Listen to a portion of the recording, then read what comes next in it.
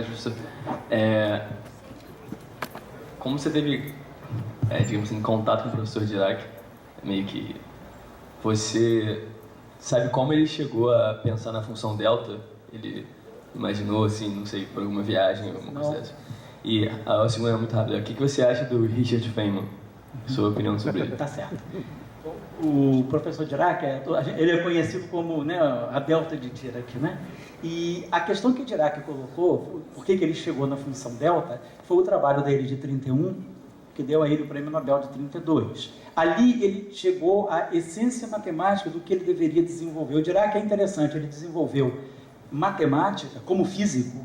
Ele desenvolveu matemática com muita antecedência aos matemáticos. Por exemplo, teve uma questão que trouxe num trabalho dele de 35, que os matemáticos só começaram a entender em 96, 61 anos depois. Mas era tudo tão simples, quando ele falava com você, era simplíssimo.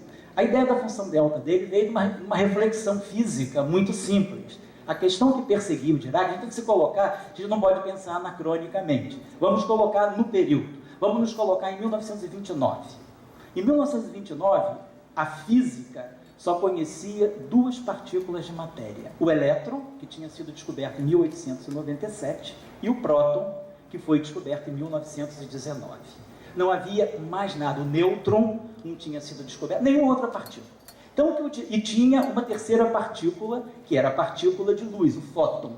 O fóton ficou claro, esclarecida a natureza do fóton no experimento de Compton em 1924. Então Dirac chega, olha como é que uma mente simples, né? Observações simples podem fazer uma grande física. Ele chegou em 1929 conhecendo três partículas. O elétron, carga tal. O próton, a carga é oposta à carga do elétron, é -1 vezes a carga do elétron. E o fóton, que tem massa zero, a carga zero. A carga do próton, o fóton é neutro, perdão, a carga do fóton é 0 vezes a carga do elétron. Então ele falou, na natureza existem três partículas. Uma tem carga, vamos dizer, carga do elétron, a outra é -1 vezes a carga do elétron, e o outro é 0 vezes a carga do elétron. Ele falou, por que na natureza as cargas estão se replicando com 1, 0 e -1? Não é uma brincadeira, nem uma coincidência. Eu preciso entender isso. Então, em 1929, ele escreveu um trabalho também simples, de 3 colunas apenas, sobre o que ele achava que pudesse ser realmente o próton. E aí, em 1931, ele vai entender por que o próton tem a mesma carga, só que com um sinal oposto, à carga do elétron. E por que o fóton, que é a partícula de luz, tinha carga 0 vezes a carga do elétron. Por que 1 menos 1 e 0?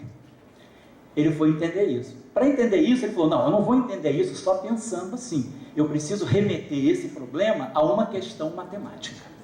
Como Dirac colocava, ele dizia, na falta de um instrumento, o único dispositivo de que nós podemos nos valer para descrever a natureza é com a matemática. A matemática é a melhor leitura de natureza que nós temos. E aí ele falou, vou transformar isso numa questão matemática. Daí ele fala, bom, mas o elétron tem carga, o próton tem carga, cargas positivas e negativas. E o fóton é quem transmite a interação eletromagnética. Então ele falou, eu preciso estudar a natureza do eletromagnetismo. Ele falou, vou estudar quais são as categorias matemáticas de campos elétricos e magnéticos que a natureza pode me dar. Então ele transformou essa questão numa questão matemática. E aí ele chegou na função delta. Porque a função delta expressa o quê? Uma carga puntiforme, uma carga sem estrutura que é colocada num ponto que ocupa apenas um ponto do espaço. E aí foi através dessa provocação física de compreender por que o próton tem carga igual a menos a carga do elétron, que ele chegou e aí ele desenvolveu a função delta. E o Feynman, eu não cheguei a conhecer, eu estava vivo no período que eu fazia o doutorado, mas ele não chegou, quando eu cheguei na Trieste para estudar, ele tinha chegado lá um ano antes, ele foi lá um ano, não tive a oportunidade de conhecer, mas claro, a gente leu os livros dele, e já vi vários filmes com ele e tal. Assim, o Feynman, ele vinha de uma escola americana, quer dizer, a escola dele é realmente a escola americana, muito diferente da escola europeia, uma escola muito mais pragmática do que a escola europeia, mas assim, uma pessoa também de extrema criatividade. Feynman era um cara, vamos dizer assim, que rompia muitas barreiras também. Ele era um cara muito criativo e a escola a escola científica a qual ele se filiou, é uma escola também que dava uma grande liberdade de pensamento. Então isso é muito importante para vocês que são estudantes ou que estão terminando os cursos e que, se Deus quiser, dentro de um certo tempo vão ser pesquisadores também, professores, é sempre dialogar ao máximo com o estudante, deixar sempre o estudante falar, fazer a viagem dele. Eu digo francamente falando, assim, nos meus anos de CBPF, depois que eu voltei para o Brasil, já estou no CBPF desde 1990, o que eu fiz de bom, que eu considero, foi graças aos estudantes. Sozinho, eu não teria feito nada. Mas não teria feito nada porque eu achei que quem trabalhasse para mim, não. Pelo contrário, eu trabalho para eles, porque eles têm as ideias muitas vezes, mas não têm maturidade de colocar em prática. Então eu dou os cursos, a partir dos cursos eles têm as sacações deles, e as sacações deles muitas vezes são provocações, assim, parece porra louquice, numa primeira abordagem, mas não é. É sempre importante levar a sério isso. Então eu acho que o Feynman era uma pessoa assim, e eu vi que o Dirac, o professor Salan também, o professor Salan é uma maravilha. A melhor coisa é você ver um prêmio Nobel falar merda, né? Ele errava pra cacete, ele falava coisas. Se vocês olharem os quadros do professor Salan, vocês vão encontrar até a equação de Marx com sinal errado.